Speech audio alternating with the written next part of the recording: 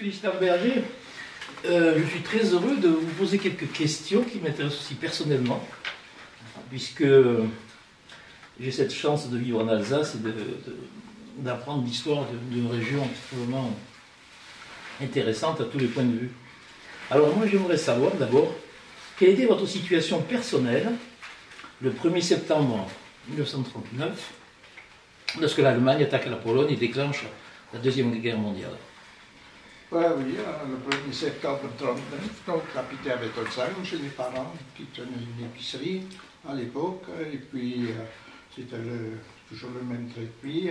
On allait à l'école le matin, et puis on rentrait à midi, à 2h, à 1h ça devait commencer, et puis le soir à 4h c'était terminé.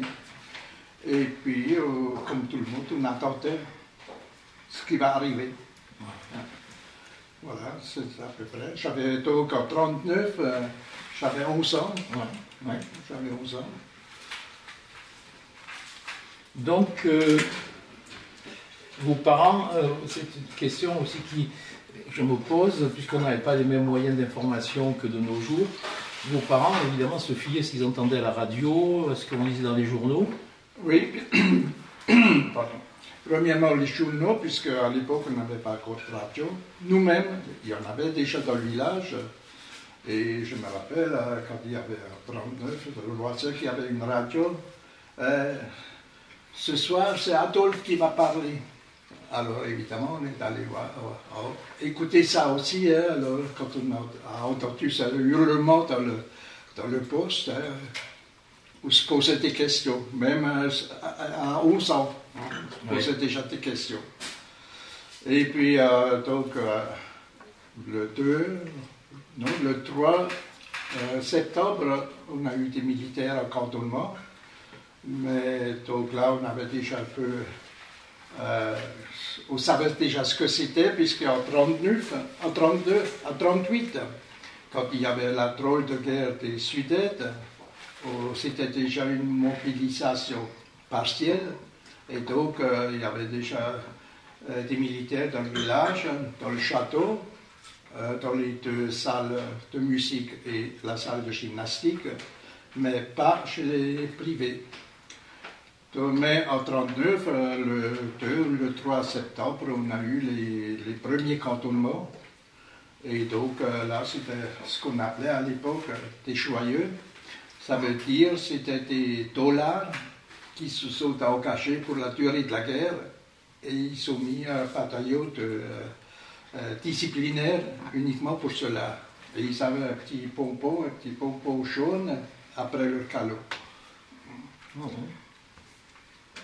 Est-ce que, vous en tant que gosse, vous aviez l'impression que vos parents étaient très anxieux quant aux événements? Ah oui, parce que d'après les journaux, déjà, c'était marqué que c'était plus les Allemands de 14-18, puisque mon grand-père, lui, en 1870, c'était les Prussiens.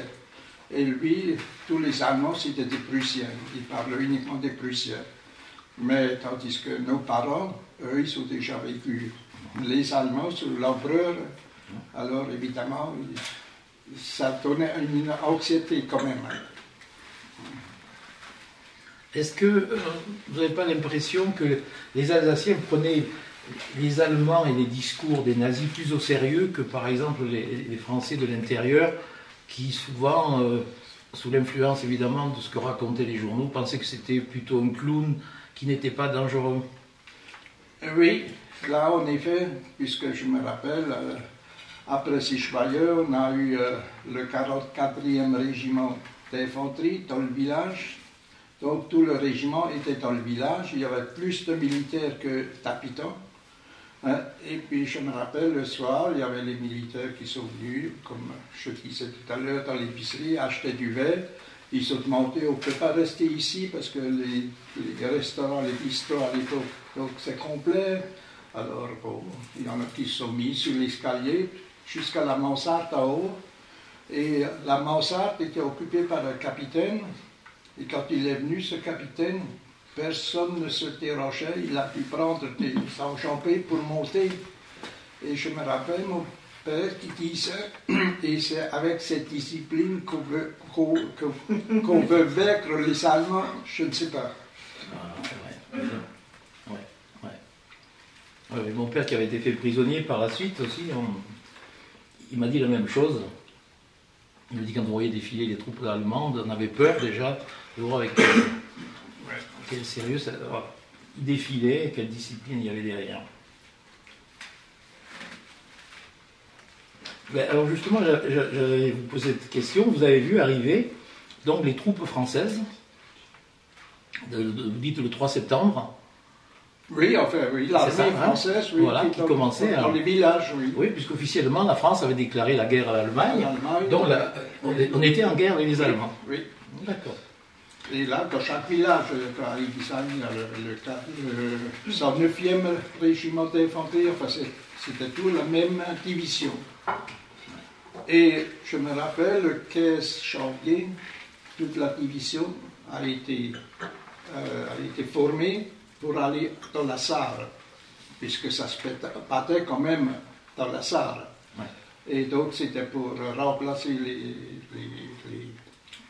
unités qui étaient dans la Sarre. Donc cette division est partie. Et le 15 janvier, c'était une journée des plus froides. Il y avait du verglas, et jusque de Wettolsheim jusqu'à Kundolsheim, le régiment avait perdu une trentaine de chevaux sur le verglas. Et je me rappelle que le soir, avant de partir, donc 2 jours avant de partir, le capitaine disait au rapport de la section que personne ne doit parler qui partait. Il faut dire à personne, puisqu'il y a le commandement allemand qui a déjà souhaité bonne chance et bonne route pour cette division. Donc il y avait la 5e colonne qui était partie. Oui, l'ennemi écoute tout ce qu'on dit. Ouais, c'est ça. Et justement, les armées allemandes envahissent la Pologne, les Français tentent une opération sur la Sarre, pas très vigoureuse. Oui, parce qu'ils employaient uniquement les unités ça veut dire les actifs, les régiments actifs. Ouais. Hein?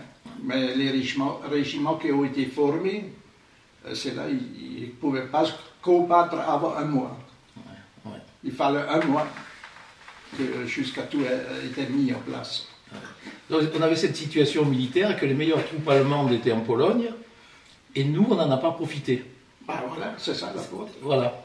Et comme la Pologne a été battue en moins d'1 mois, les Français ont dit c'est pas la peine même de se battre en Sarre, il vaut mieux monter vers les frontières où les Allemands vont certainement nous attaquer. Donc c'est pour ça que les combats de la Sarre, finalement, ça a mené... Oui, c'était une guerre de position, quoi. Voilà. Parce que j'avais un petit cousin qui était dans la salle, un nommé Aimé, et puis il nous a raconté quand il est venu en Perm, vers Noël, comment que ça se passait là-bas. C'était vraiment une guerre comme en 14-18. Oh, ouais. Ils avançaient 2 km, ils reculaient 2 km, et comme ça, quoi. Ouais. Et vous avez entendu parler, évidemment, de l'évacuation de tous les villages qui se trouvaient à proximité de la frontière allemande. Ah ben oui, ça c'était connu, oui. Ouais. Et c'était connu aussi que si les cloches et les quelques clairons qui restaient encore, puisque les actifs des sociétés de musique étaient tous partis, donc les quelques clairons sonnent, ça veut dire qu'on doit évacuer, quoi. Ouais. Bon, j'ai lu que c'était à peu près 180 communes qui ont été évacuées, ce qui est énorme. Ben oui, parce que le plan, c'était donc le Rhin qui passait, et la première vague, c'était à 8 km du Rhin que tout le monde a dû partir, ouais. Et la deuxième vague, c'était jusqu'à 15 km du Rhin, ouais, qui ont dû partir. Donc, en tout, moi, si j'en crois les livres d'histoire, il y a à peu près 400 000 Alsaciens qui sont partis dans le sud-ouest de la France. Voilà. Donc, à l'époque, ça faisait 1/3 de la population alsacienne. Oui, oui. Ce qui est énorme. Oui. Énorme. Et une partie de ces 400 000 est revenue en 40, une fois que l'Alsace était sous la coupe allemande. Alors évidemment, pour ces gens-là qui ont dû tout laisser, et je parle surtout des gens qui n'ont pas été enrôlés, donc des gens qui avaient une cinquantaine d'années, donc ils sont partis ici comme chefs d'entreprise, et ils sont arrivés là-bas, et là-bas ils pouvaient uniquement être pris comme ouvriers. Alors évidemment, c'était dur aussi. Et c'était dur de laisser tout le bétail, toutes les vaches qui ont dû qui ont dû passer à la traite le soir, mais il n'y avait plus personne. Oui, c'était énorme ce déplacement. Et puis en plus, ces gens-là de 50 ans, 60 ans, ils ne parlaient pas français. Alors évidemment, quand ils arrivaient là-bas, les gens là-bas, ils ne comprenaient pas. Pour eux, c'était des Allemands, c'était des Boches. C'était dans le département de Gers, la Dordogne, le Lot-et-Garonne, les Landes, qui ont accueilli ces Alsaciens, plus quelques dans les vallées vosgiennes aussi, quelques-uns étaient là. Moi j'ai une question, du coup, je ne sais pas si j'étais inattentive ou pas, mais pourquoi le sud-ouest? Il y avait une... C'était le plus sûr, c'était le plus éloigné de l'Allemagne. Ah, c'était à l'extrémité, quoi. Voilà. Ah, d'accord. C'était pas seulement d'aller dans les Vosges, puisqu'on ne savait pas les Vosges avec l'artillerie et puis l'aviation, c'était tout près. Mais c'était les villageois qui choisissaient les destinations. Ah non, ça Il y avait c'était une prévu. politique, Ça C'était prévu au niveau. Ah oui. C'était tout prévu, oui. Et du coup, il devait peut-être y avoir aussi un manque de main-d'œuvre, peut-être dans le sud-ouest, et ils sont allés rechercher des Alsaciens ou... C'était un manque, évidemment. Tous ceux du sud qui étaient partis dans l'armée, on a dû les remplacer, quoi. Donc il y avait du travail pour cela.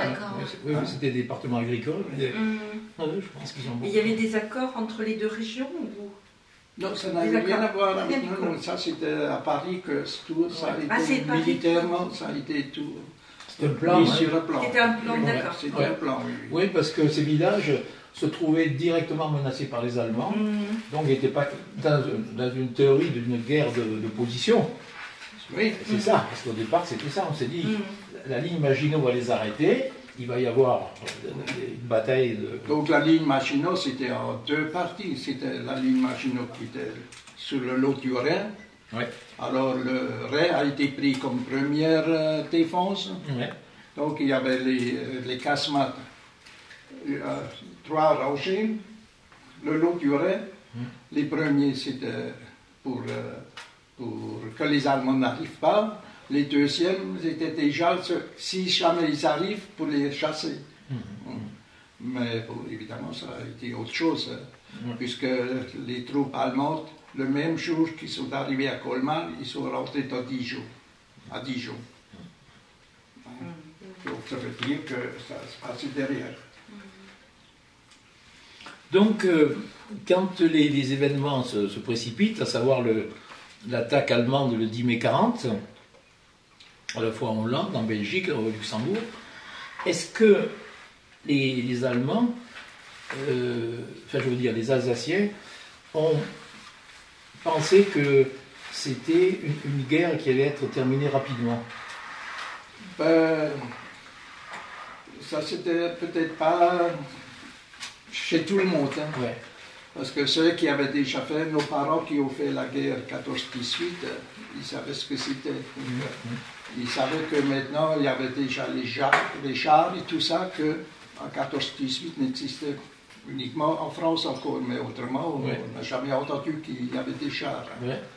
Alors, et comme des fois dans le journal, il y avait marqué que les Allemands ont beaucoup de chars et tout ça, alors évidemment. Oui, c'est donc cette période-là où la décision va se faire rapidement, entre le 10 mai, donc date de l'attaque, et puis l'armistice, donc, le 22 juin. Bon, c'est quelques semaines, la France est battue complètement. Et à ce moment-là, se passe un événement extraordinaire, c'est que il n'y avait rien dans les conventions d'armistice, et pourtant Hitler décide de s'emparer de l'Alsace, plus le département Lorraine, la Moselle. Oui. Alors là, comment vous l'avez vécu? Parce que les Français de l'intérieur n'ont pas été confrontés à cette situation, à part ceux du Nord. Hitler prévoyait de rattacher le Nord à quelque chose qui fait la Belgique, oui, hein, oui. de détacher donc le nord de la France, et les mines à l'époque c'était important.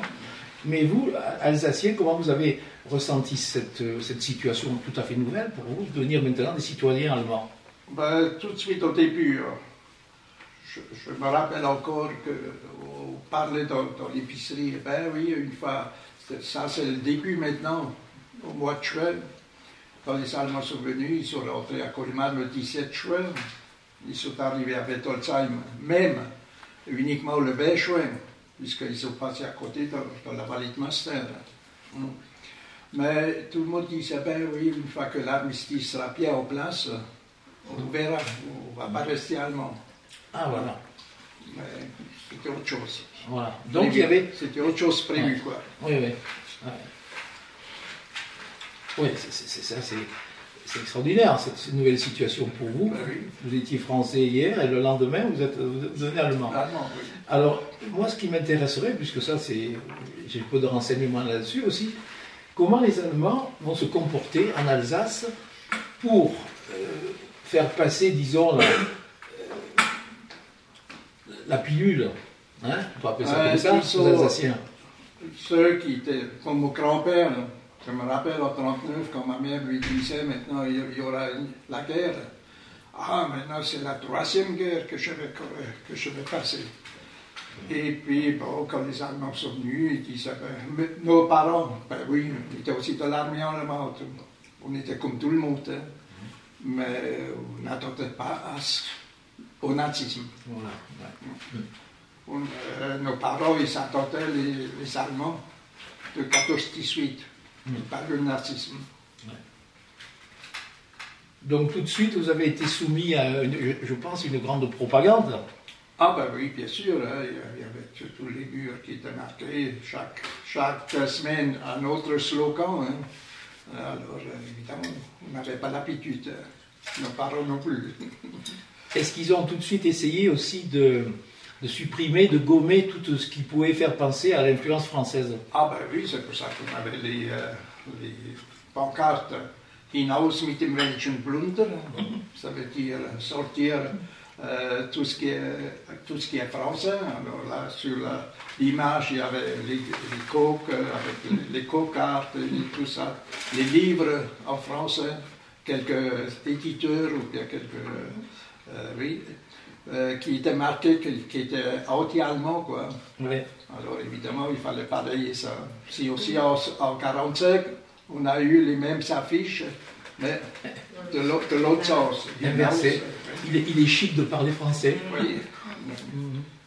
Et est-ce qu'ils ont été au départ plutôt conciliants, ou bien tout de suite ils ont été assez brutaux, par exemple en expulsant des Alsaciens très connus pour être francophiles, par exemple? Ben oui, enfin pas tout de suite les premiers mois, mais je me rappelle, donc nos parents, nous les jeunes, nous savaient peut-être moins, mais nos parents savaient déjà un peu ce qu'il y avait contre les Juifs et tout ça. Ça, ils se rendaient déjà compte, et c'est pour ça que tous les Juifs, ils sont presque partis d'eux-mêmes. Ah oui. Oui.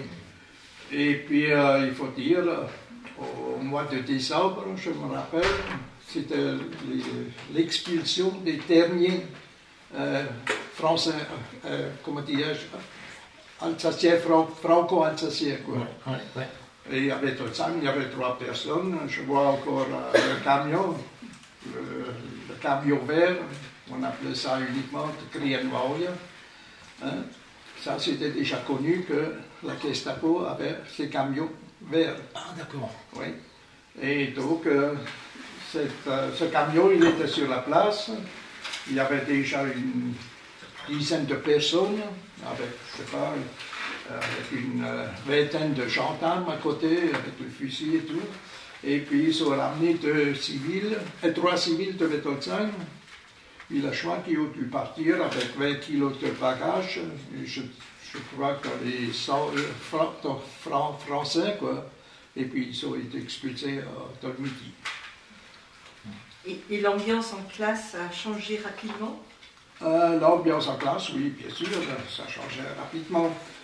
Nous, avant, quand on arrivait à l'école, il fallait prier, faire une prière. Et puis là, il fallait chanter.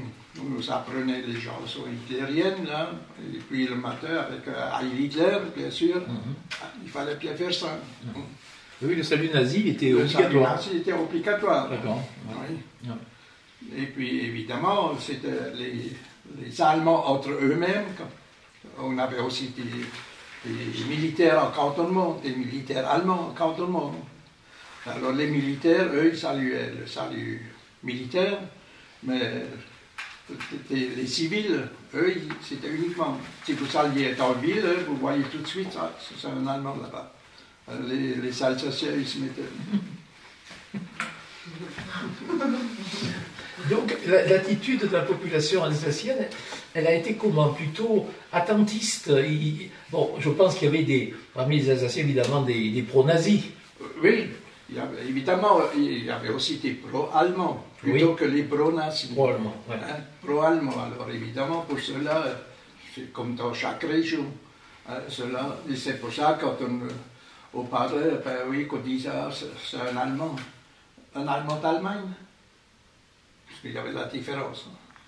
Un Allemand alsacien ou bien un Allemand d'Allemagne. Ça, c'était les familles allemandes qui s'étaient installées au sein du Deuxième Reich, qui s'étaient installées. Et puis, à Wettolsheim, on avait de la chance, puisqu'il y avait un maire dans chaque village, donc le maire des habitants, et puis il y avait le chef du parti dans chaque village. Et le maire, c'était le chef, et l'autre, c'était le super-chef. Oui. Hein, puisque là, le parti, c'était avant la politique, c'était là-bas, en avant, en premier lieu. Et donc, à la tête de ces... En Alsace, c'était des Alsaciens qui ont pris le relais, quoi. Alors, nous, oui, dans le village, à Wettolsheim, on avait la chance. Hein, il y avait quelqu'un qui a pris ça pour parler du curé qui lui disait, oui, voici, prends ce poste-là, les deux, si ça va, comme ça, on est sûr d'avoir un du pays et pas un Allemand. Parce que là où ils n'ont pas été d'accord pour prendre un du village, il y avait un qui venait d'office. Et puis, en tout cas, il y avait les deux. Alors, les deux, un pour le village, pour les habitants, et l'autre pour le parti, pour la politique. Et ça s'est mis en place très très rapidement? Oui, ça s'est mis en place déjà, on peut dire, au mois de septembre, déjà, tout ça c'était en place. Septembre 40, hein? Septembre 40. Oui, oui, tout était en place. Ça allait vite, hein? Oui, oui. Ouais. Donc c'était l'endoctrinement par l'école, évidemment, et puis les mouvements de jeunesse hitlérienne sont implantés oui, aussi. Bon, ça c'était alors seulement à partir de 41 qu'on avait la jeunesse, donc à partir de 10 à 14 ans, on était dans la jeunesse hitlérienne, pour les garçons comme pour les filles. Ouais. Hein, donc on était la Hitlerjugend jusqu'à 14 ans et Bund Deutscher Mädel jusqu'à 14 ans aussi, de 10 à 14 ans. Et de 14 ans à 21 ans, là on était vraiment dans la Hitlerjugend. Hein, d'abord on était de 10 à 14 ans, on était les Pimpfe, qu'on appelait ça. Et puis de 14 ans, on était la Hitlerjugend. Alors évidemment, la Hitlerjugend, ils savaient bien comment il faut prendre la jeunesse. Il y avait la Hitlerjugend qui faisait 2-3 fois par semaine qui partait, parce que moi je n'y étais pas, qui partait dans les Vosges, dans les montagnes, faire des feux de camp le soir, rester le dimanche et tout ça. Alors évidemment, pour les jeunes, ça blessait. Moi, j'aurais bien voulu des fois, je me dis aussi, mais les autres, ils ont de la chance, hein, ils partent. Et vous aviez le choix alors de participer à... C'était pas obligatoire? Normalement, c'était obligatoire, mais comme je disais tout à l'heure, le maire du village, officiellement, on existait, il y avait la jeunesse italienne qui existait, mais pratiquement, c'était si long. Ah oui, elle n'existait pas à Bettelsheim. Pratiquement, Elle n'existait non. pas. non. Et pourquoi tu dis que tu aurais aimé y aller? Ah, ben, des fois, étant jeune. Hein. Oui, non, mais tu savais que ça existait ailleurs qu'à Bettelsheim. Oui, oui, bien sûr. Comme il y avait les Hitlerjugend qui avaient le Patrie Fanfare et tout ça, le Spielmannszug. Voilà. Tandis que chez nous, il n'y avait plus rien. Il n'y avait plus de musique, il n'y avait plus de gymnastique, il n'y avait rien dans le Et village. pourquoi ça n'a pas été mis en place? Parce que les familles n'ont pas voulu. Ben, justement. Oui, c'était là, il y avait comme une résistance passive. Il y avait deux, trois peut-être qui se sont présentés, et ceux-là, ils ont été inscrits, et puis le maire a envoyé le rapport à Colmar, que ça existait. Avec deux, trois, mais en général. Et ça, pendant combien de temps? Elle n'a jamais existé, la Hitlerjugend à Bettelsheim? Pratiquement non, mais Et pendant toutes théoriquement, les années, oui. oui. Pendant toutes les années. Théoriquement, oui. Papy, tu parles de quelle année là? De 41 à 44. Et parce que toi, t'as dû te cacher à un moment donné pour éviter juste. T'avais Mais pas ça, le c'était choix. tôt quand il y avait la poche de Colmar. Ah oui, d'accord. La poche de Colmar, c'était seulement 3 mois. Hein. Décembre, janvier, février, quoi, la moitié. Donc oui, justement, c'était la question que je voulais vous poser. Alors vous, en tant qu'adolescent, cette germanisation vue avec les yeux d'un enfant qui aurait aimé aller se promener, au départ, vous l'avez ressenti comme pas une contrainte finalement. Si, comme politique, oui. Oui. Puisque si vous avez vécu dans une famille qui était pro-française, donc Ouais. vous ne pouvez pas admettre ça. Hein. Ouais, ouais. Hein. Et je me rappelle donc une petite anecdote. 8 jours avant qu'on a quitté l'école communale, donc à 14 ans, on était en classe et tout à coup il y avait un de ces camions là qui viennent dans la cour d'école et puis il y a, je sais pas, il y a 5, 6 SS là qui descendent et puis ils viennent parler à l'instituteur. L'instituteur vient, tous les garçons dehors, puisque dès 40, on était ensemble, filles et garçons, dans la même classe. Et après, on était séparés. Et donc, les garçons sortirent, se mettre sur un rang, et puis il y avait 2, 3 de ces officiers là qui passaient, 3, un pas en avant, 3, un pas en avant. Et puis il y avait un qui avait vraiment les cheveux noirs. Ah non, celui-là, on ne veut pas. Et 3, un pas en avant. Et puis on était à 3. Et bon, l'année 42 a passé, personne ne se rappelait plus.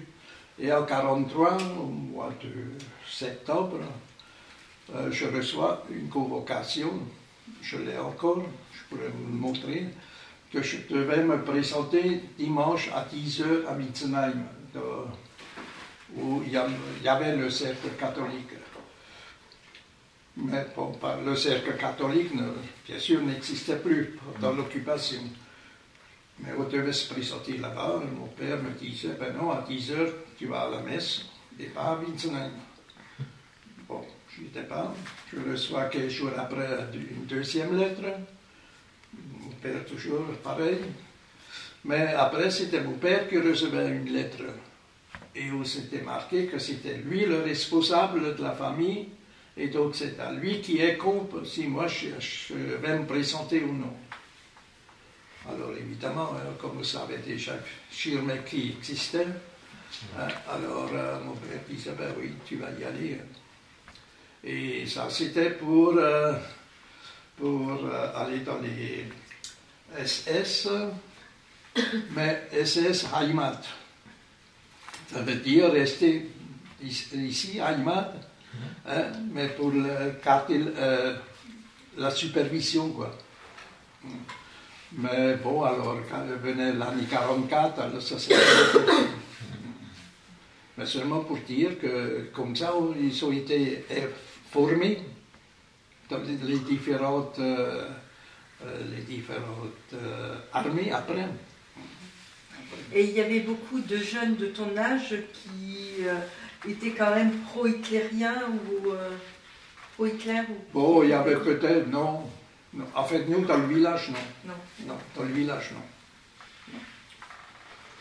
Et pourquoi, dans le village, on avait senti que c'était...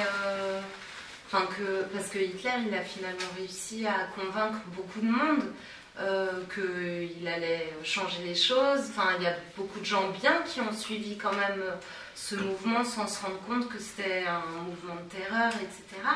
Mais du coup, comment, à Wettolsheim, en l'occurrence, vous n'avez pas suivi ce mouvement et s'il y avait une alerte, il y a quelque chose qui... Il faut dire, bon, on savait quand même, Schirmeck existait, donc le camp de... Comment on l'appelait? Travail. Bon, on peut dire le camp de représailles, hein? Oui. De rééducation. Voilà, c'est ça ce que je cherche. Une rééducation, donc. Et si aussi on leur impliquait, enfin on leur mettait dans la tête, ne rien parler en sortant. Que ceux qui ont... Alors évidemment, ça s'est quand même répandu. Hein. Et bon, tout le monde faisait peu attention qu'on restait dans les normes. Mais bien sûr, il y avait la dictature. Hein. Ça veut dire que c'était défendu de parler français, c'était défendu de dire merci, de dire au revoir, de dire bonjour.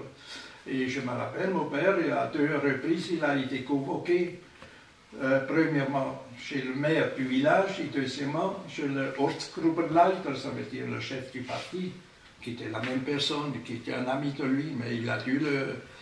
parce qu'il y avait un Allemand qui était dans l'épicerie, et il a entendu qu'il y avait encore des vieilles personnes qui disaient merci, ou bien au revoir. Et donc il a été convoqué que maintenant, il y a encore des gens qui parlent français dans l'épicerie, et puis c'est à lui de prendre les conséquences.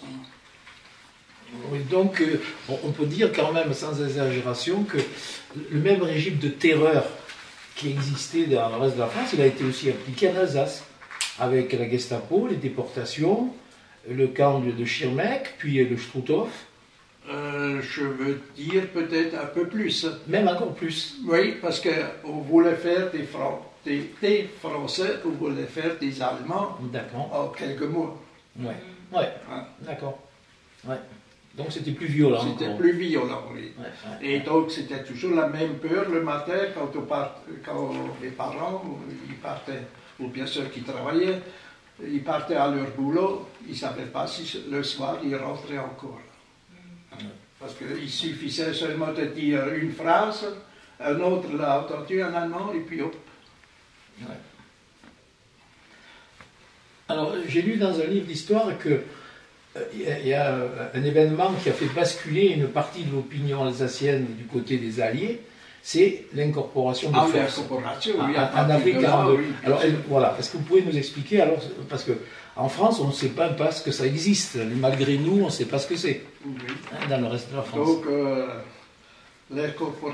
l'incorporation, et malgré nous, là, c'était vraiment quelque chose, là, qu'on a pu vaincre, qu'on a pu vivre, parce que c'était assez difficile. Maintenant, on doit partir comme soldat allemand, on doit combattre les Alliés, les Français, qui sont nos alliés, les Russes, qui sont aussi contre l'Allemagne, donc qui sont nos alliés.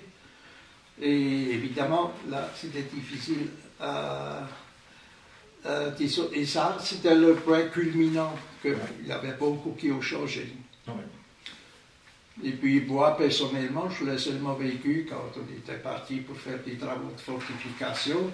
On était dans une ferme au col du Donau, et chaque soir, donc il fallait monter la garde de la ferme, pour garder la ferme.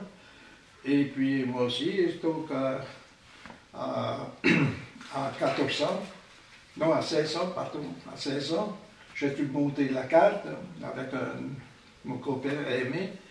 Et puis c'était un beau soir, donc au clair de lune, il y avait environ 30 cm de neige et tout ça, c'était vraiment beau. Et puis on en parlait là, on avait entre minuit et 2 heures du matin. Et puis tout à coup, il y a Emitie. Mais tu te rends compte maintenant, s'il y aura comment on dit, pas un terroriste. Un ennemi? Non, un résistant. Un résistant. S'il y aurait maintenant quelque chose, puisque c'était à une vingtaine de kilomètres de la ligne, hein, qui arrive là, qu'est-ce qu'on va faire? On va quand même pas lui tirer dessus. Ben non, tu parles. Mais alors, qu'est-ce qu'on va faire? Parce qu'après, si on va être nous pris par les Allemands, ils vont nous dire qu'on n'a pas fait leur travail. Hein? Qu'est-ce qu'on va faire? Ben, on s'est dit maintenant, premièrement, si le premier coup, on va le tirer en l'air. Et puis deuxièmement, on va tout de suite se mettre à l'ombre, hein, pour qu'on ne nous voit pas. Parce qu'on ne sait pas l'autre qui vient, le résistant qui vient. Il ne sait pas que l'on est alsacien. Hein? Il nous tire dessus. Hein? Et comme le slogan allemand, c'était pendant leur classe, il faut tirer sur le russe, ou bien sur les Alliés, et ne pas les louper parce qu'eux, ils ne vous loupent pas. Ah, ça, c'est un truc militaire, hein, puis c'est vrai. Hein? Alors, c'était là où on a vu ce que c'était incorporé de force. D'autant plus que les Allemands, pour éviter des fraternisations avec les Alliés à l'ouest, vous envoyez à l'est, vous battez contre les Russes. Oui, il y a uniquement la classe 1912, quelques-uns, et puis 95% de la classe 1926 qui ont été incorporés d'office dans les SS. Et puis, ces classes-là, on les mettait en France, parce que les Allemands se disaient un SS alsacien, les Français, ils s'en occupent déjà. Qu'est-ce qui s'est passé à Oradour-sur-Glane? Ben oui. On a eu le résultat. Quoi. Et pour ceux qui voulaient absolument éviter d'être incorporés, donc ils avaient comme solution de partir, d'essayer de gagner le front allié. Mais est-ce que les familles étaient soumises à des représailles? Ah ben oui, bien sûr. Du moment qu'ils apprenaient que les gars, ils seront allés en France ou bien en Suisse, alors les Allemands, les familles ont été déportées. C'est ce qu'il y avait le cas à Winsenheim. Et puis chez un copain, là, lui il était aussi à la Wehrmacht, il est venu à Berne avant de monter au front, et puis il est parti en Suisse. Il avait un oncle qui était chez les cheminots à Saint-Louis, et puis il est allé le voir. Cet oncle lui disait, tous les 15 jours, le vendredi matin, à 5 heures, il y a un train de marchandises, puis qui va partir en Suisse. Et à l'époque, chaque wagon, il y avait une petite cabane où il y avait les freins. Alors, nous, on doit ouvrir les portières de deux côtés, et toi, tu vas te coucher à plat. Et comme ça, comme il n'y a pas une lumière assez forte, les Allemands, ils regardent uniquement à travers. Il n'y a pas quelqu'un qui est debout là-dedans. Et puis, il a fait comme ça. Et puis, comme ça, il est parti en Suisse. À 7 h du matin, il était déjà du côté du jardin zoologique sur un banc. Et il y a un policier suisse qui passe. Vos papiers, s'il vous plaît. J'en ai pas, je suis un Alsacien, il va dire.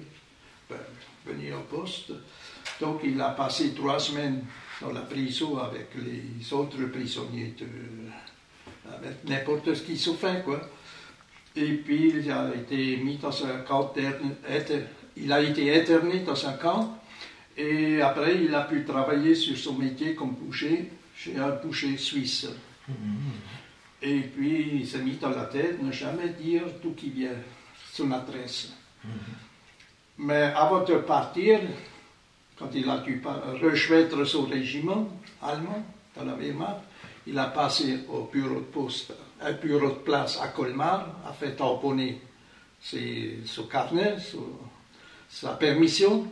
Et donc, pour cela, il est parti.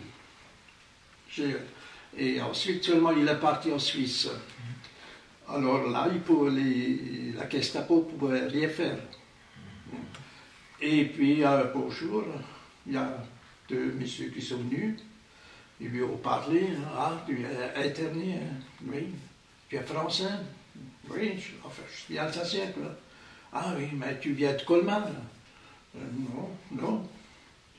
Ah bon, c'est la région de Colmar alors. Et comme ça, ils l'ont questionné jusqu'à qu'il a donné ce village. 8 jours après, ses parents étaient en Pologne. Et je peux vous dire, il vit encore. Il peut encore vous...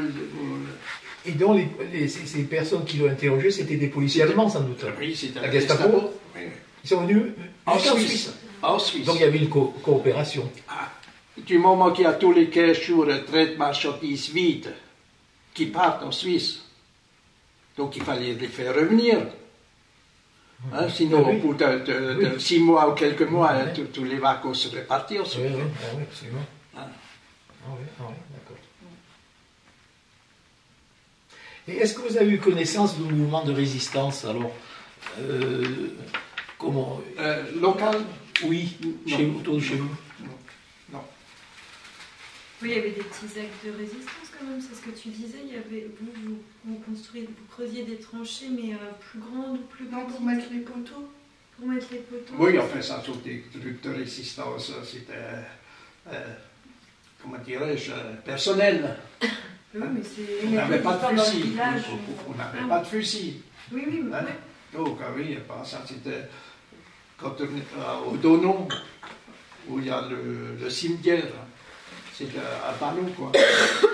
Alors, la peur des Allemands, c'était qu'il y avait les avions, les planeurs qui pouvaient atterrir. Ah, oui. Alors, il fallait mettre les fameux Rommelpfähle, parce que ça venait de Rommel, et ils les avaient déjà plantés en Normandie. Ouais. Alors, tous les 5 mètres de chaque côté, il fallait planter un poteau. Il fallait le rentrer 1,10 mètre dans la terre. Et puis, bon, nous le rentrions 50 cm, 60 cm maximum. Hein. Et puis, un soir, on avait la mauvaise surprise, il y avait un capitaine qui venait, et puis il commençait à gueuler, hein, puisque les Allemands ne pouvaient pas parler normalement. Hein. Il commençait à gueuler, et qu'il ne travaille pas assez vite, et tout ça, et par malheur, il se met à côté d'un poteau, et tous les deux tombent dans la neige. Alors, évidemment.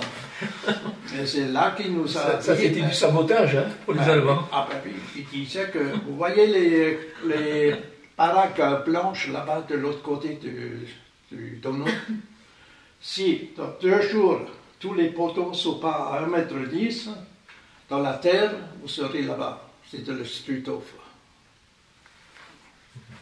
Alors, ben, évidemment, le lendemain, tout le monde voulait se mettre dans d'autres blocs pour aller travailler ailleurs que à côté du cimetière. Et est-ce que les Alsaciens savaient exactement ce qui se passait au Struthof? Non. Voilà.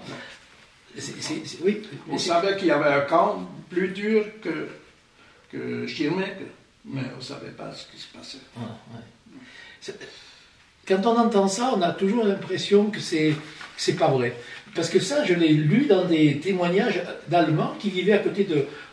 Pas en Allemagne, il n'y avait pas de camp de concentration, à part le Struthof, mais disons en Pologne, des Allemands qui étaient des Prussiens, ils disaient non, mais il y avait un camp, mais on ne savait pas ce qui se passait. Je me rappelle, il y avait une fois au Königsbourg, il y avait un couple, c'était qui venait de Marseille, et ce monsieur, il pouvait... Non, il disait, vous saviez bien ce qui se passait là. C'est ça. On n'avait pas à le croire, ça. Il ne voulait pas croire. On n'avait aucune idée. Hein. Parce qu'il faut se dire que du camp de Struthof, il y avait un évadé, seul évadé, et ça c'était un Alsacien. Et là, lui, il travaillait comme tailleur c'est ça. pour les Allemands. Ouais. Et il s'est confectionné un uniforme allemand avec des marques d'officiers, quoi, avec les calots d'officiers. Et un jour, quand ils avaient l'inspection, il est monté. Alors il y avait une voiture, les officiers sont venus dans une voiture avec le chauffeur, et le chauffeur, il a tourné sa voiture pour partir tout de suite. Il est monté dans cette voiture, il disait au chauffeur, sortez tout de suite. Hein. Et comme ça, il a pu sortir. C'est le seul qui a pu s'évader. Et il n'a rien dit après. Et puisqu'il est parti tout de suite dans les Vosges. Il est parti par les Vosges. Donc ils n'ont jamais rattrapé celui-là. Non, non, non. C'est le seul qui ont pu s'échapper. Il y en a plusieurs qui ont tenté. Ouais. Et Schirmeck, vous parliez du camp, c'était un camp de travail, enfin c'était quoi exactement? Oui, oui, bien sûr, il fallait qu'ils travaillaient. Enfin c'était quoi ça, je connais pas en fait. Au départ c'était un camp que vous appelez ça, ils l'ont créé dès juillet 40, c'était un camp de rééducation. Ouais. Mais il y avait déjà des sévices corporels, hein. Oui. C'était très dur, hein. C'était pas le Struthof, mais c'était très dur. Et ils sont battus, bon, évidemment, oui, pas comme Struthof, parce que les Allemands savaient bien qu'ils rentraient de nouveau. Oui. Mais on leur apprenait de ne rien dire en sortant. Et c'était essentiellement des Alsaciens? Oui. Ah, uniquement des Alsaciens. Ah, uniquement des Alsaciens. Oui. Si tu veux, ils faisaient le séjour, puis ils pouvaient repartir. Je sais pas ce qu'ils avaient fait. Mais ils repartaient, ils étaient au carré. Hein.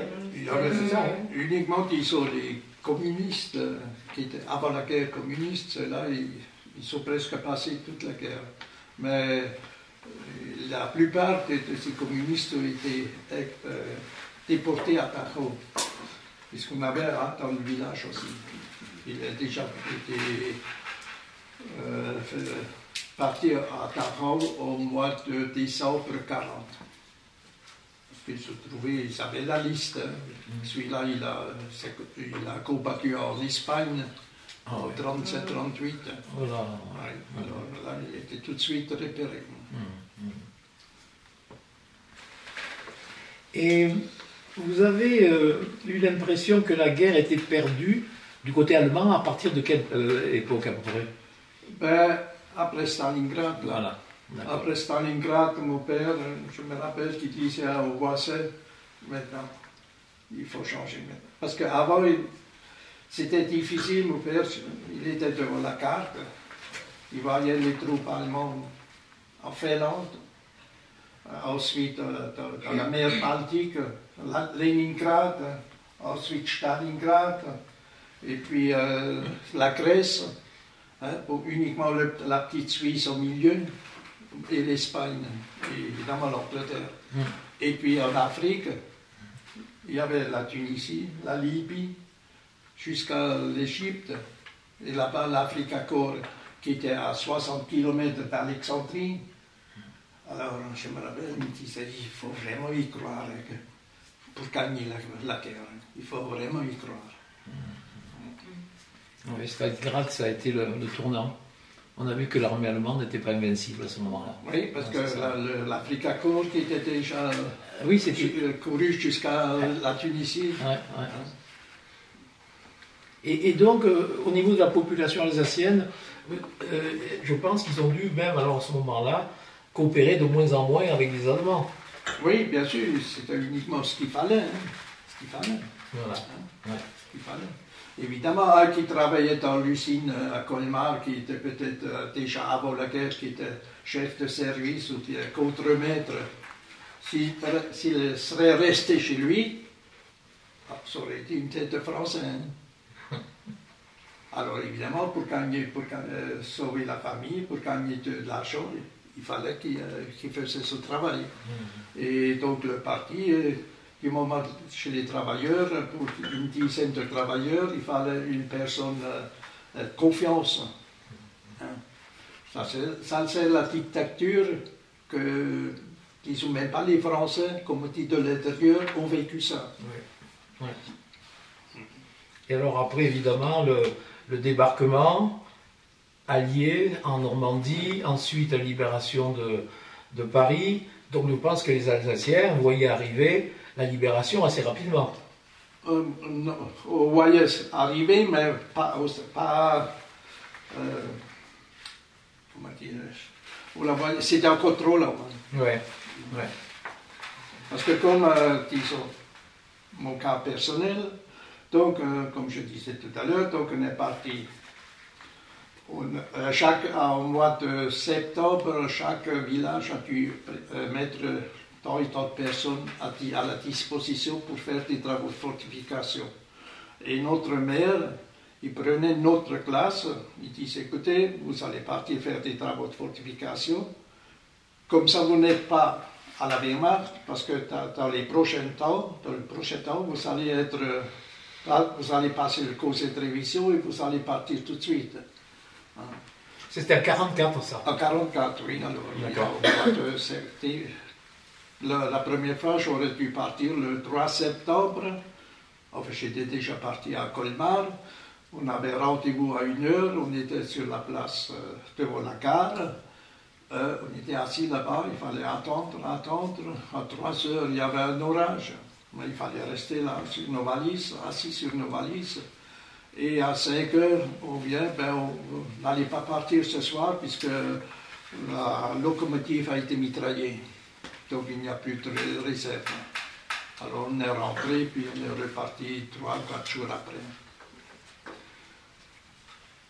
Et vous avez été où alors? Alors donc on était au col du Donon. Ouais. Oui, et puis là on était toujours en civil. On était gardé par les militaires, mais on était en civil. Et entre-temps, ma classe a passé le conseil de révision et a dû partir le 12 novembre. Et nous, on était toujours partis là-haut. Et je me rappelle, la veille, il y avait le chef de camp qui nous avait rassemblés, ceux de Wettolsheim, et a dit, ben oui, vous aurez dû passer le conseil de révision demain, mais comme c'est trop tard maintenant, on a seulement eu l'affiche, vous allez le passer en rentrant. Alors quand on est rentré, le bureau de poste, la Wehrmachtskommandatur, était déjà parti, s'est déjà enfui à Fribourg. Alors pour nous, notre libération, c'était les Alliés, quoi, qui devaient venir aussi vite que possible parce qu'on avait peur qu'ils reviennent. Et la première des choses, ça aurait été les autres appels pour nous. Oui, puisque c'est en novembre 1944 que les premières troupes françaises ont commencé à libérer l'Alsace en commençant par Mulhouse. C'est par le sud d'abord. En même temps aussi, il y avait Leclerc. Leclerc qui était à la 2e division blindée, oui, à direction de Strasbourg. De Strasbourg, ben oui, parce que nous on avait encore déjà entendu l'offensive qui menait une nuit, là, toute... au début de l'heure, à 10h, 11h, minuit, 1h, 2h, 3h, pendant 20 minutes, il y avait l'artillerie qui tirait. Là, on l'a entendu du Donon. Et puis on s'est dit, maintenant, il va se passer quelque chose. Et 2 jours après, à minuit, on nous a réveillés. Il faut partir tout de suite. Dans 1 heure, il y a le train du Schirmeck qui va partir vers Molsheim et en Allemagne. Mais manque de peau, il est venu jusqu'à Molsheim et il est de nouveau reparti parce que nous on a sauté du train pour rentrer à pied. Et puis donc il est seulement arrivé jusqu'à Lingolsheim. Là, il ne pouvait plus passer plus loin parce qu'il y avait déjà les Français. Et de Lingolsheim, vous êtes revenu à pied? De Molsheim. De Molsheim, on est venu à pied jusqu'à Saint-Pierre. Et à Saint-Pierre, on nous a arrêtés, il y avait la police militaire allemande. Vous allez, alors, on a dit, on doit se rassembler à Colmar, à la Wehrmachtskommandatur. Ah ben oui, alors mettez-vous à côté. Et il y a tous les camions militaires qui descendaient, il y avait un qui montait. Alors évidemment, il a été arrêté, contrôlé, ben oui. Vous passez à Colmar, oui. Alors il faut emmener les gosses là, il faut les amener à la Wehrmachtskommandatur. Ben oui, alors on s'est mis sur le camion.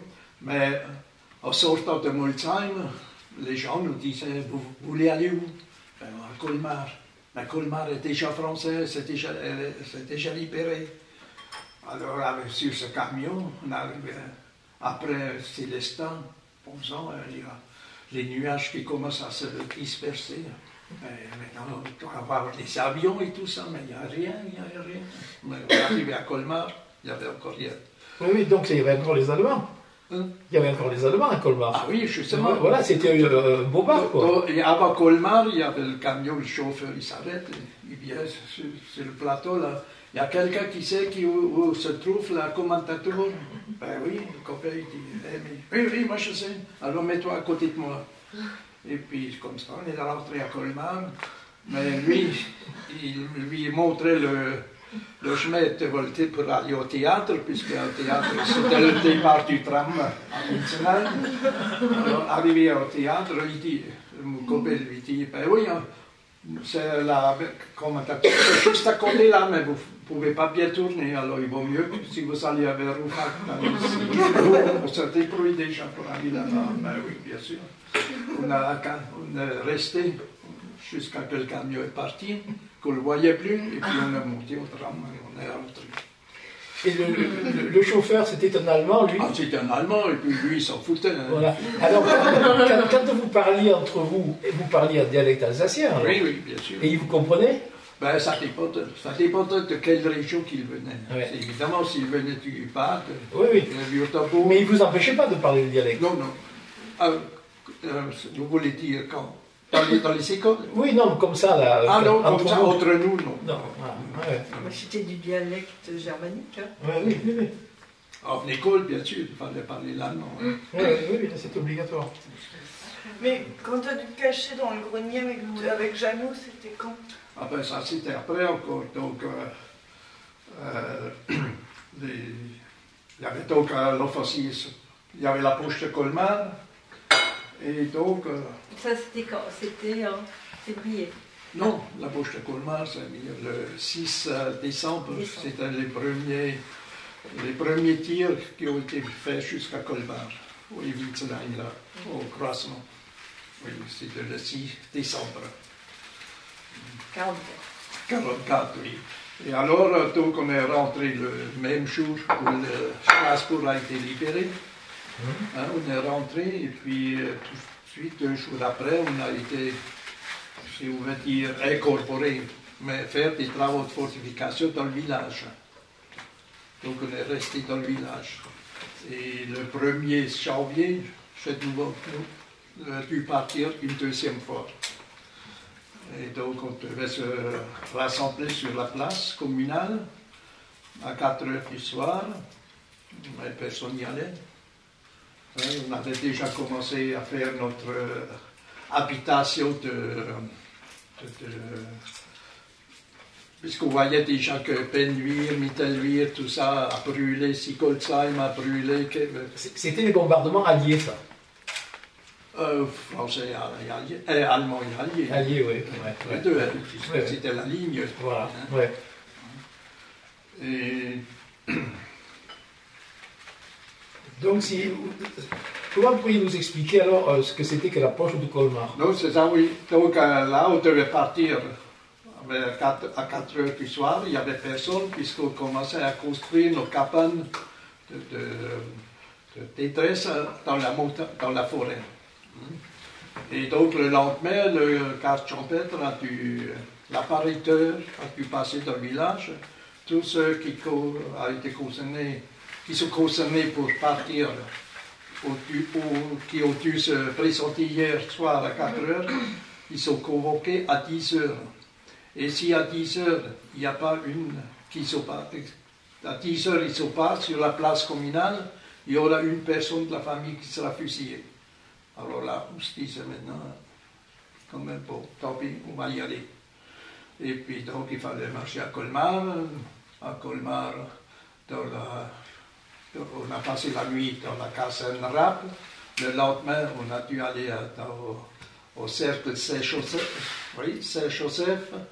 Et puis là, on nous a donné à chaque soit une pioche, soit une pelle. Et puis le soir, à 4 heures, quand il faisait nuit, on a dû partir et puis aller à pied, passer à Turkheim, et entre Turkheim et Niedermoschwir, ou bien alors Niedermoschwir, après entre Katzenthal, sur les hauteurs, on devait faire des nids de mitrailleuses et tout ça, des trucs. Mais évidemment, on ne pouvait pas faire grand-chose, puisque la terre était gelée. Hein. Si ce n'était pas une période tragique, on aurait pu faire même un film comique. Ah oui, Hein? oui. Vous êtes sans arrêt en train de construire quelque chose, mais ça ne dure pas. Oui, Et vous êtes allé à un autre endroit, vous circulez, et personne ne sait qui vous êtes, où vous allez, et vous le faites. Enfin, il y avait chaque fois une carte militaire avec nous. Pour aller à Turkheim, par exemple, la nuit, là, il y avait 3-4 cartes. Mais vous n'aviez jamais d'uniforme? Non. Et puis avec l'Alzheimer, évidemment, là, on a dû faire le passage contre les chars. Alors il fallait faire comme au Donau, mettre des piquets, une rangée là, laisser un espace entre 1 mètre et puis là, puisqu'il y avait un piquet à côté de l'autre, il fallait remplir avec du gravier. Alors c'était du gravier qu'on nous a emmené de la gravière.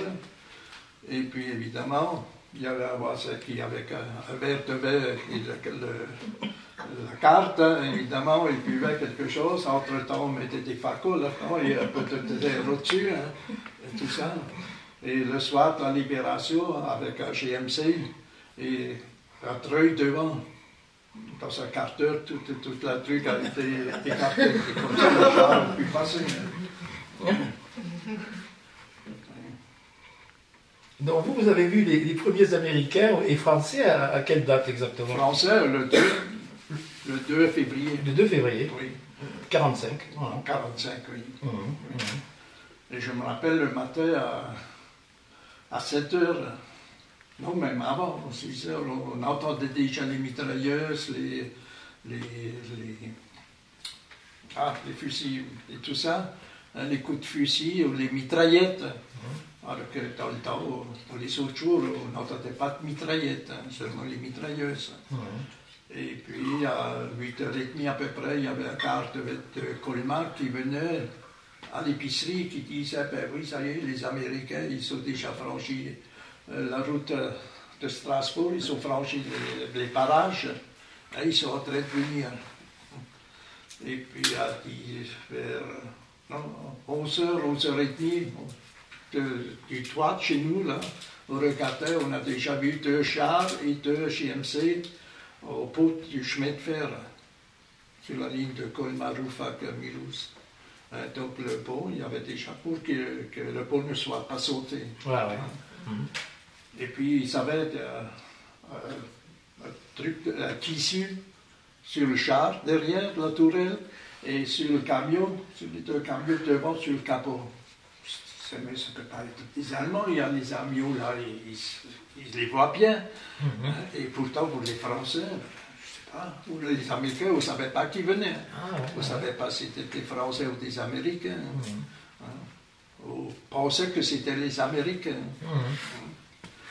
Et puis, vers les 4 heures, on est nous montés dans le Lucas, on regardait, et puis on ne voyait rien, on voyait toujours ces deux chars, les 2 camions. Et tout à coup, ma mère me disait, mais qu'est-ce que c'est ce camion-là qui vient à travers les champs là? Alors c'était 2 chars qui venaient, et qui venaient vers Wettolsheim. Et là, on a vécu donc la libération. Il n'y a pas eu de résistance, là, il n'y avait plus d'Allemands? Si. Ah, quand même. Puisqu'ils ont fait 73 prisonniers allemands. Ah oui. Mais sans un coup de fusil. Ah ouais, ils se sont rendus. Sans le oui. Et puis donc, devant chez nous, là, enfin en face de nous, il y avait le dépôt de pompiers. Alors ils ont mis, je ne sais pas, une trentaine de prisonniers dans la neige, puisqu'il y avait au moins 30 cm de neige. C'était le premier jour de dégel. Donc, commençait avec l'eau et tout ça. Alors, ils l'ont mis dans la neige, là. Alors, ils ont mis regarder s'ils n'avaient rien. Hein. Et il y avait, je l'ai vu, le Français lui sortait des cartouches. Là. Ah, il a eu ce truc dans la figure. Et puis ils les ont mis vers le mur, les mains en l'air. Et ça, c'était ça. Tout par accident. Il y a un qui est venu à la détente de sa mitraillette. Et il a tiré une petite rafale dans la neige derrière. Ben, évidemment, ces gars, ils étaient plats comme nous aurions été aussi. Hein. Hein? Mais c'est pas qu'ils voulaient les tuer, pas du tout. Hein. Et puis ils les ont emmenés sur la place, et le soir, il y avait, avec 2 GMC, ils sont emmenés à l'autre part. Il y avait 73. Il n'y a pas eu d'exécution sommaire? Non. Non, ils sont pas, vous n'avez pas vu ça? Non. Sauf que, vraiment, ça, c'était, surtout, c'était un accident. Moi, à mon avis, c'était un accident, parce que, vous savez bien, une mitraillette, un peu sur la détente, et ça part.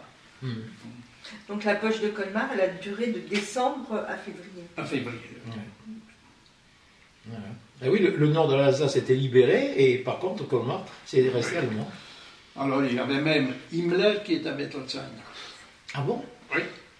Parce que lui, c'était le chef suprême. La SS. Oui. Il est venu voir puisqu'on avait le PC, le poste de commandement de la division à Wettolsheim. Oui. Alors ça, oui, alors...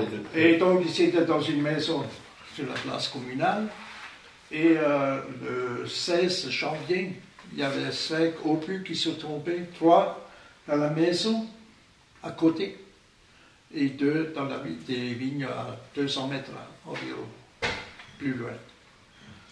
Donc vous avez eu un petit bombardement quand même à Oui, mais aussi c'est qu'obus, il y en a 2 qui n'ont pas éclaté. Oui, heureusement.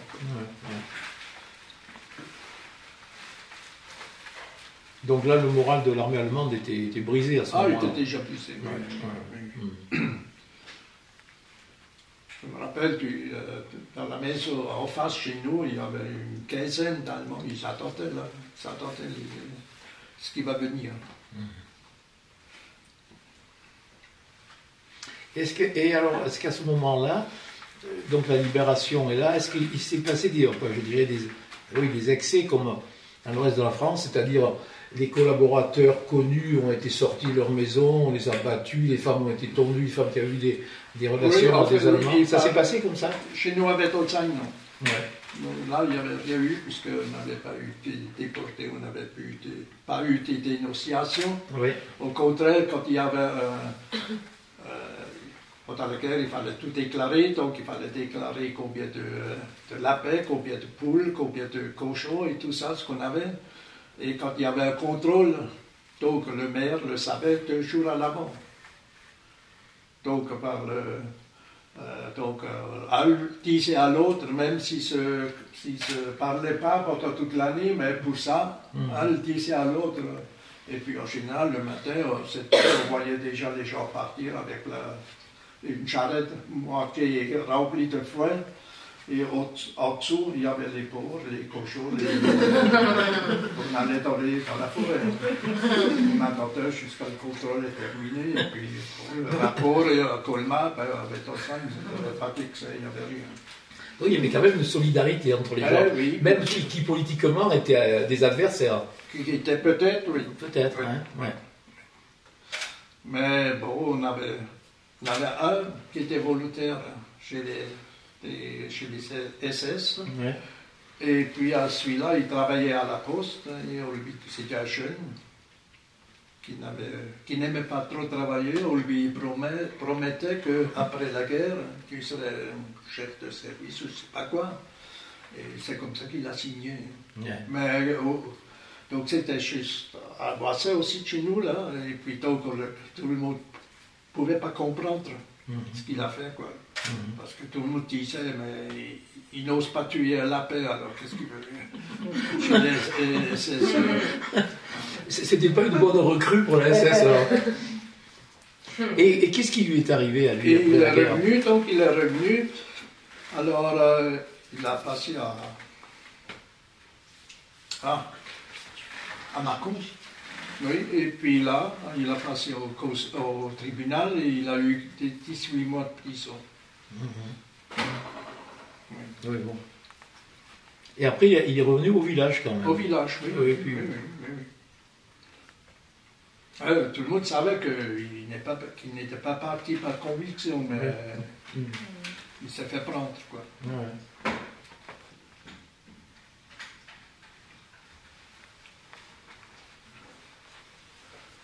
Voilà. Et quel serait votre plus mauvais souvenir de cette période?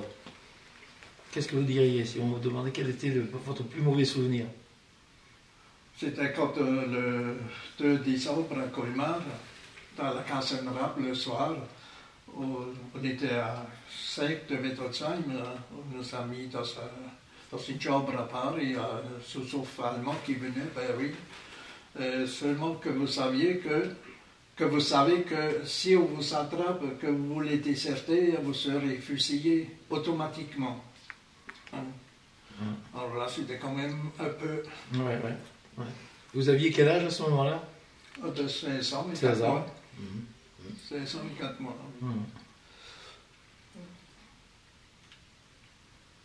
Et du coup, à l'inverse, quel est votre meilleur souvenir? Parce que finalement, il y a eu quand même pas mal d'anecdotes positives,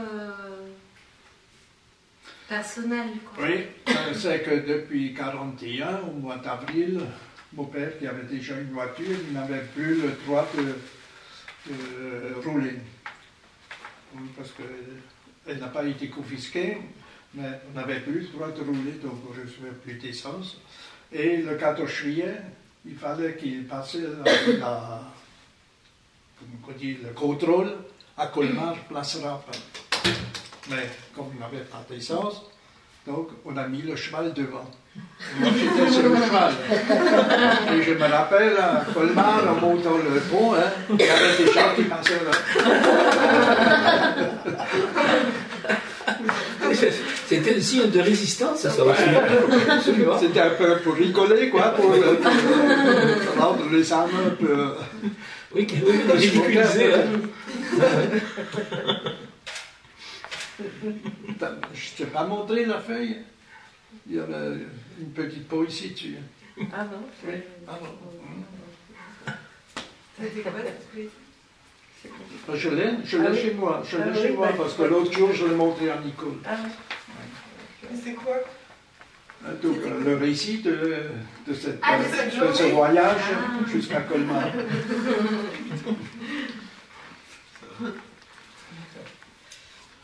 L'Allemand qui te montre, wem gehört den Wagen? Mir, Herr Major, dann schnell führen Sie ihn vor.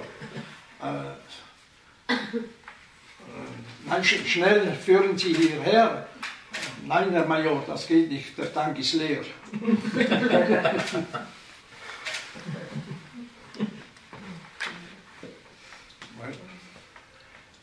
Mais cette interdiction de rouler, pour quelle raison Oh ben, c'était uniquement aussi politiquement aussi. Voilà. Ben, il fallait que dans chaque village, il y avait seulement encore 3 ou 4. Et en général, c'était soit les artisans qui travaillaient pour la Wehrmacht, hein, ou bien ceux qui avaient un long bras, comme on disait. Voilà. Ah, mais c'était pour mieux contrôler les flux, en fait, pour mieux maîtriser les populations. Et puis, ils avaient besoin de carburant pour eux. Oui. Ouais, Parce qu'il y avait aussi la collecte des batteries, il y avait la collecte des pneus et tout ça. Mais là, pour vous informer, t'écoutez la radio en cachette. Oui. Ah, ça c'était une autre chose, oui. Ah. Donc, en mois de... On avait une petite radio que ma sœur aînée, elle a pu se procurer d'un officier français qui était prisonnier chez eux, dans la cour, hein, chez Laut, dans le baignage. Et cet officier disait, je vais la vendre à un bon prix, prenez-la parce que si on arrive en Allemagne, il va nous les confisquer. Et comme ça, on a eu une... et puis, je me rappelle, on l'avait sur une étagère, et un jour, il y a le policier allemand qui vient. de la gendarmerie, enfin le gendarme, de la gendarmerie des designs.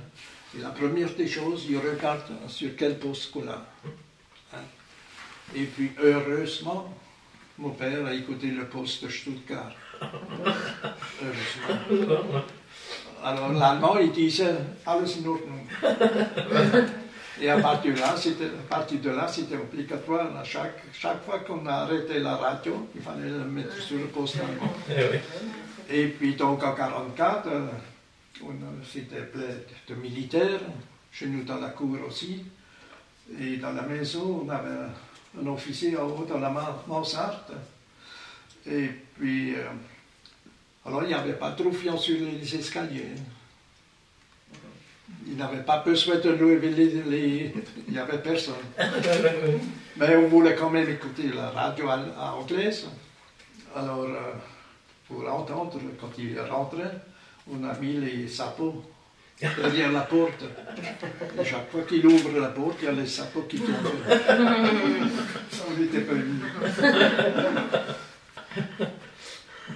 Mais t'as entendu l'appel du 18 juin? Non, personnellement non. On ne savait pas ce que c'était. De Gaulle, on a seulement au mois de fin 40. On a commencé à apprendre ce que c'était De Gaulle. Quand les Anglais l'ont reconnu comme chef du gouvernement français en exil.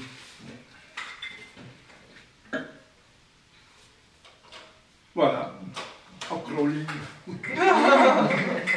Alors bon, évidemment, avec Tolzheim, tout ça s'est bien passé. Si aussi, chaque jour, il y avait la crête de la Gestapo. Oui, c'est ça. Ouais. Tu allais à Colmar, tu ne savais pas avec qui tu parles.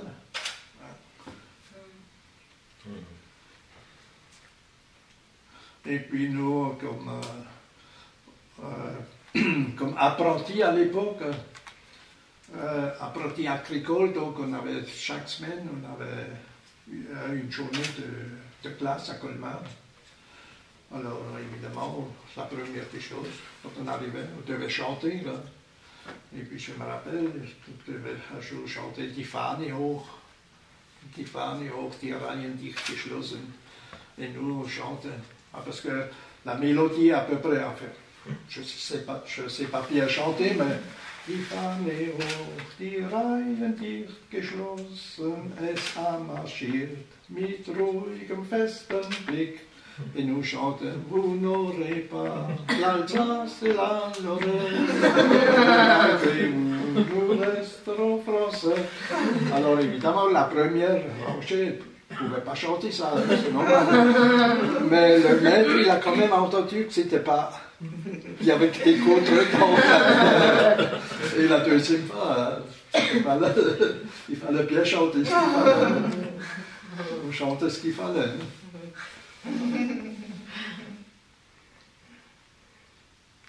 Donc vous avez eu des maîtres allemands?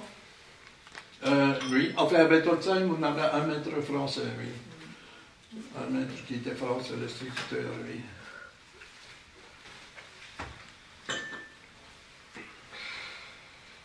Évidemment, eux aussi, chaque fois pour chanter, nous apprendre des chansons nazis, c'était...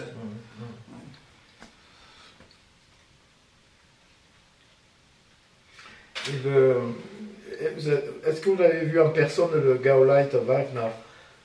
Non, moi je ne l'ai pas vu. Oui, donc c'était le chef qui s'occupait de diriger l'Alsace.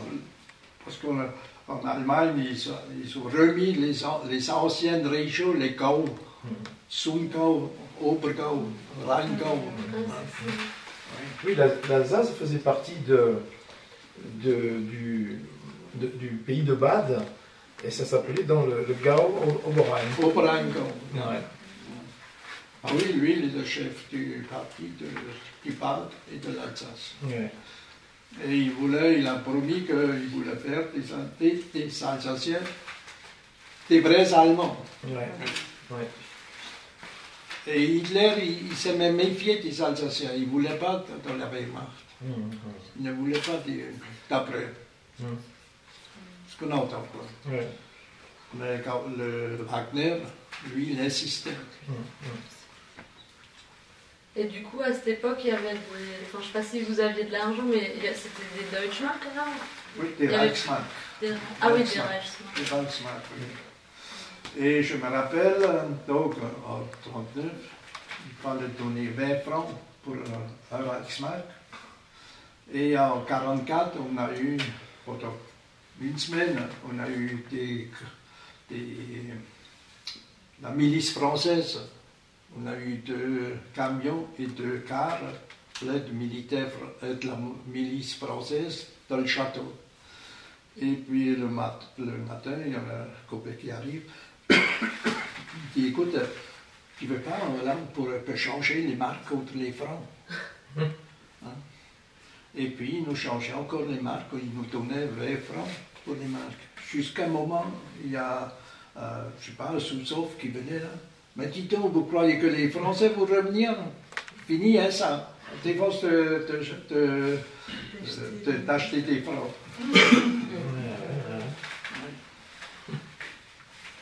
Parce que vous aviez aussi des tickets de rationnement. Ah oui, bien sûr, oui. Depuis le premier jour. Jusqu'à la libération quasiment. Après. Après. Oui. Disons, c'était la ration du pain et de la viande qui étaient les plus longs. Et je me Le lait? Du lait, non. Le lait, c'était assez vite. En 1946, il y avait déjà plus de cartes de lait. Et la viande, on en mangeait, enfin c'est pas bizarre, mais on en mangeait tous les jours, non? Non, Du tout. non. C'était... Je ne me rappelle plus quelle quantité, mais c'était pas tous les jours. Hein. C'était peut-être prévu 30 ou 40 grammes par jour. Et encore à la campagne, on en mangeait peut-être plus qu'en ville. Ouais. Mais le sucre et le café, tout ça aussi, non? Ah, tout. Oui. Tout était rationné. Tout est rationné. Et donc en 1939, Erstein a dû partir, a été évacué. Donc on recevait du sucre de la marque Si, donc qui venait de Champagne. Ah oui. Oui. Et en 1940, quand les Allemands sont venus, on recevait le sucre de Frankenthal, c'est dans le Palatinat. Et puis je me rappelle, quand je travaillais à Egisheim, j'avais un groupe d'Allemands. Alors il y a un qui me dit, hein, ben oui, pendant les vendanges, hein, l'usine de Erstein, elle doit marcher. Hein.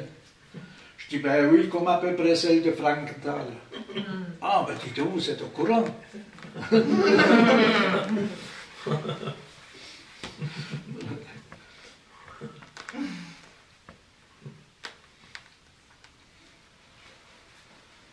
Voilà. Parfait. Oui. Voilà. Merci pour C'est cette bon. mémoire. Ouais. Ouais, Ces c'est mémoires. mémoire, les dates, les jours.